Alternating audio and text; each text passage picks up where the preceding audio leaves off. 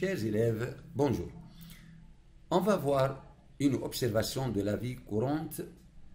Un chasseur qui éjecte du canon de son fusil un obus. On observe que le chasseur avec son arme à feu subit un recul vers l'arrière. Observez comment interpréter ce fait-là, recul d'un fusil ou d'une arme à feu. Vous savez que le système fusil plus arme plus obus, fusil plus obus, durant l'explosion, c'est une explosion. Lorsque l'obus s'éjecte du fusil, on a une explosion. Durant cette explosion, nous disons que le système fusil plus obus est un système isolé. Ok? Donc, le système fusil obus est un système isolé car la somme des forces extérieures est égale à 0 durant cette explosion.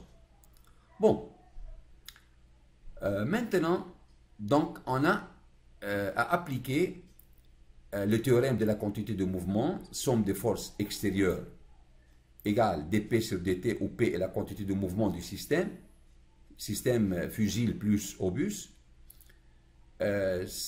Mettons somme des forces extérieures égale à 0, alors dp sur dt devient égal à combien?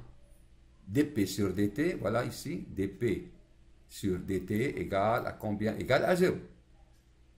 N'est-ce pas? Somme des forces extérieures égale à 0, donc dp sur dt égale à 0. Nous disons que la quantité de mouvement est conservée. Pourquoi? Parce que la dérivée de p par rapport au temps est nulle.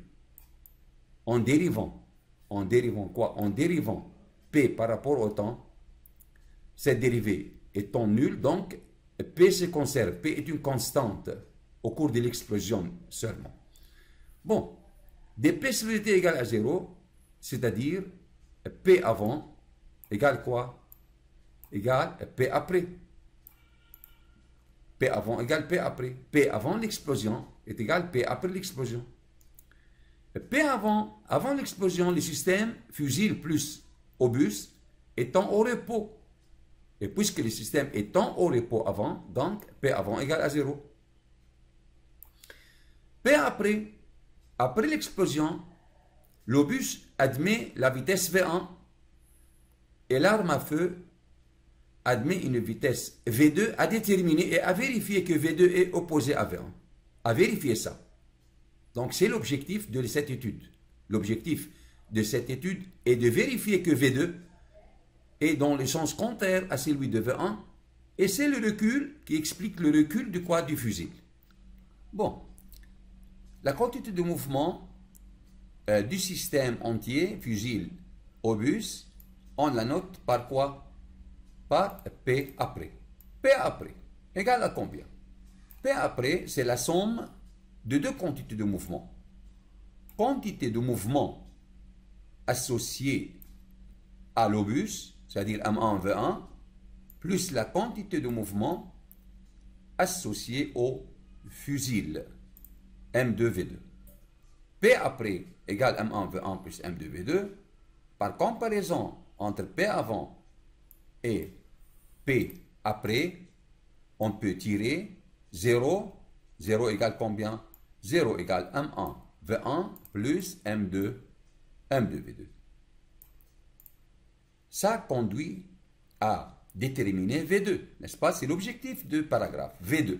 V2, en tirant M1, V1 à gauche ici, moins M1, V1, donc M2, V2 égale moins M1, V1, et alors V2 égale à combien? V2 égale à moins M1 sur M2 fois V1. V1 a le sens à droite. Voilà comment V2, comme M1 sur M2, c'est un rapport positif toujours, rapport de masse. Alors V2 est opposé à V1. C'est pourquoi le fusil subit un recul vers l'arrière. Inversement à quoi? À l'obus. C'est donc le recul d'un fusil ou d'une arme à feu. On a vérifié ce qu'on a déjà commencé. Autres observations de la vie courante. Voici une barque et un passager assis dans la barque, il jette des cailloux. Le lancement des cailloux provoque le recul de la barque. Voilà comment les cailloux se déplacent à gauche et la barque se déplace à droite. Voilà ici, les cailloux se déplacent maintenant à droite et la barque se déplace à gauche.